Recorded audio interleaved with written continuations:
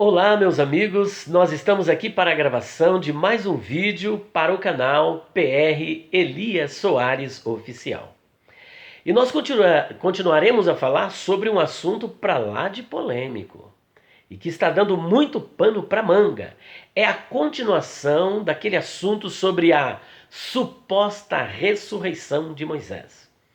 Vocês já sabem que nós gravamos um vídeo que está aí com mais de 120 mil visualizações em questões de 35 dias. Estamos para quase 130 mil visualizações, que é a pergunta que travou os teólogos adventistas. É só você procurar esse vídeo no nosso canal, a pergunta que travou os teólogos adventistas, e você vai estar assistindo então essa questão bastante polêmica sobre essa suposta ressurreição de Moisés, que inclusive a senhora Ellen White, no seu livro Primeiros Escritos, página 164, ela advoga que Moisés foi ressuscitado pelo arcanjo Miguel antes que o seu corpo visse a corrupção.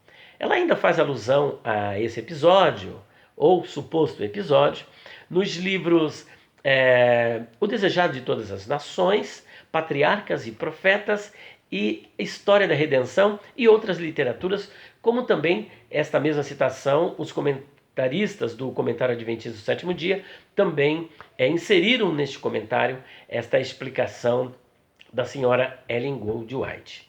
Bom, é muito comum, ao discutirmos com um adventista do sétimo dia sobre essa suposta ressurreição de Moisés, e diga-se de passagem, lá no vídeo a pergunta que travou os teólogos adventistas, alguns adventistas também trazem à baila isso que nós vamos apresentar para vocês. É muito comum, então, eles tirarem da cartola Mateus capítulo 17, versículos 3 e 4, para advogar esta suposta ressurreição de Moisés. Bom, antes de continuarmos este vídeo e depois fazermos a leitura, eu gostaria, por gentileza, que você compartilhasse os nossos vídeos, deixasse o seu comentário, o seu joinha, o seu like, ativasse as notificações e, se você também puder nos ajudar, entre na nossa loja virtual www.livrariadopastorelias.com.br. Posto isso, eu quero convidar você a fazer essa leitura de Mateus capítulo 17, apenas o versículo 3 e 4. Vem comigo. Assim está escrito: E eis que lhes apareceram Moisés e Elias falando com ele, com Jesus. Então disse Pedro a Jesus: Senhor, bom estarmos aqui. Se queres, farei aqui 3 tendas. Uma será tua, outra para Moisés, outra para Elias. Pai Santo, mais uma vez nós nos colocamos diante da tua presença, assim numa atitude de total dependência da tua graça.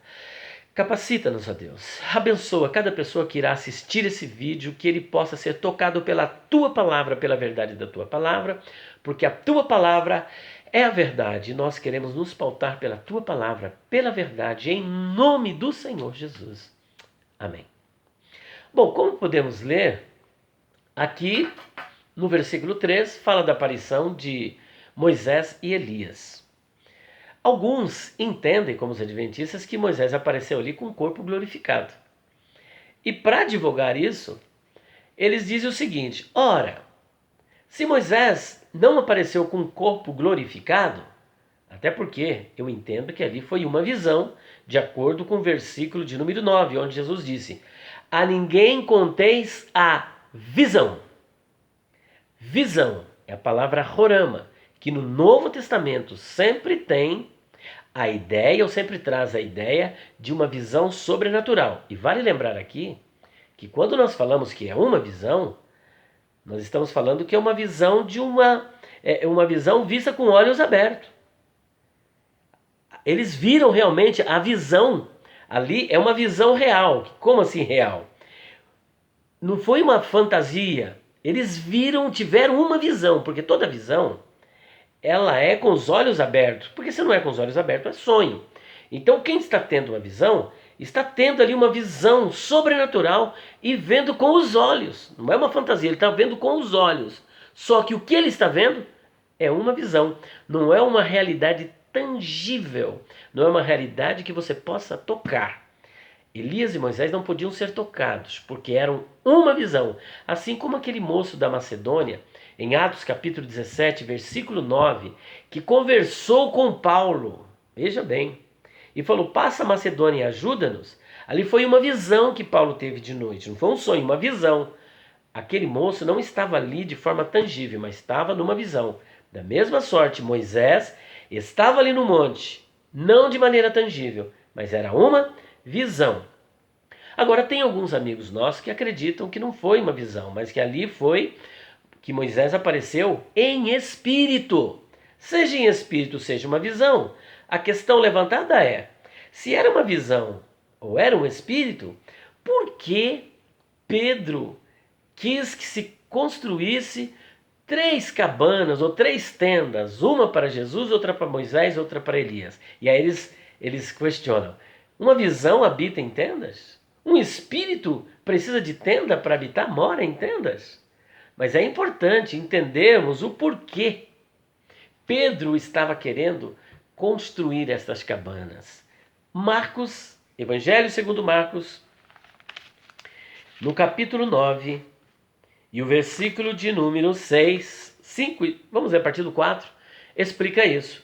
Apareceu-lhes Elias com Moisés, e estavam falando com Jesus. Então Pedro, tomando a palavra, disse, Mestre, bom estarmos aqui, e que façamos 3 tendas. Uma será tua, outra para Moisés e outra para Elias. Agora veja o segredo.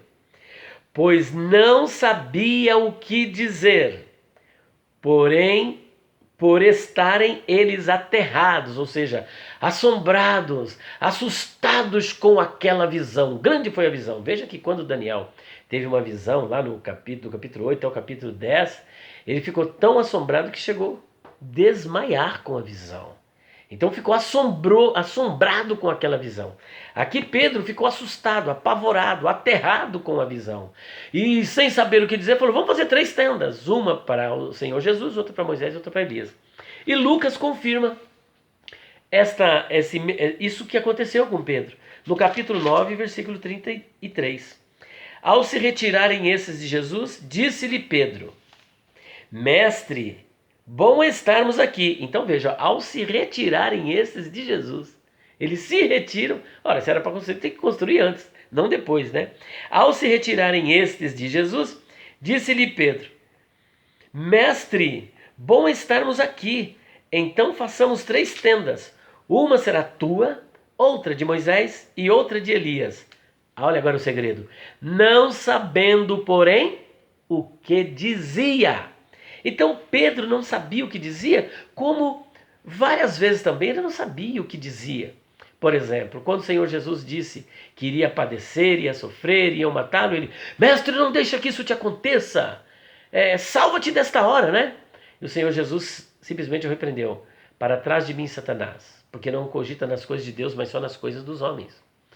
Quando o Senhor Jesus disse que Satanás pediu a vida dele, de Pedro, para cirandá-la como um trigo, falou, mestre, você está enganado, justamente eu, estou aqui parafraseando, né? Qualquer um pode te negar, menos eu. Eu estou pronto a ir contigo para a cruz, eu estou pronto para ir para a morte. Não sabia o que dizia, porque o Senhor Jesus disse para ele o seguinte, Pedro, antes que o galo cante, 3 vezes negarás que me conhece? E numa outra situação, Pedro também está ali junto com Jesus no horto, quando os soldados chegaram para prender Jesus, e ele sacou da espada, e como era mau esgrimista, porque o que ele queria era partir o soldado ao meio, acertou a orelha do soldado. Outra atitude de imprudência. São várias atitudes precipitadas, como um sanguíneo, né? Exuberante, sempre agindo pela emoção e falando as coisas que não convêm. Aqui não foi diferente. Ele disse algo que não tinha nada a ver, né? Façamos 3 tendas, porque ele não sabia o que dizia, estava assombrado, estava aterrado. Portanto, meu querido, Mateus capítulo 17, versículo 13 e 4, não serve como prova para esta suposta ressurreição de Moisés, até porque nesse texto Nada diz desta ressurreição de Moisés, que Moisés ressuscitou. Não tem nada indicando que ele ressuscitou. Tudo que nós temos é no versículo 9 de Mateus capítulo 17. A ninguém conteis a visão. Assim como, por exemplo, foi uma visão, como já dissemos, em Atos capítulo 16, Atos 16, versículo 9, quando primeiro Paulo queria ir para Bitínia e foi impedido pelo Espírito. Queria ir para a Ásia, foi impedido pelo Espírito. Até que à noite, numa visão, aparece para ele um varão macedônio e começa a conversar com ele. Passa a Macedônia e ajuda-nos. A minha pergunta é, aquele varão estava ali de forma tangível a fim de que Paulo pudesse tocá-lo? Não estava. Por quê? Porque era uma visão, assim como no Monte da Transfiguração, Moisés e Elias, tudo não passou de uma visão. Então, esse texto não serve como prova para esta suposta ressurreição de Moisés. Falo com todo o respeito para você, meu querido, que insiste nesta ideia. Infelizmente, Mateus 17 não pode te ajudar. Mesmo assim, que Deus o abençoe grandissimamente e possa iluminá-lo para a glória do teu santo e eterno nome. Deus o abençoe grandemente mais uma vez, meu querido irmão.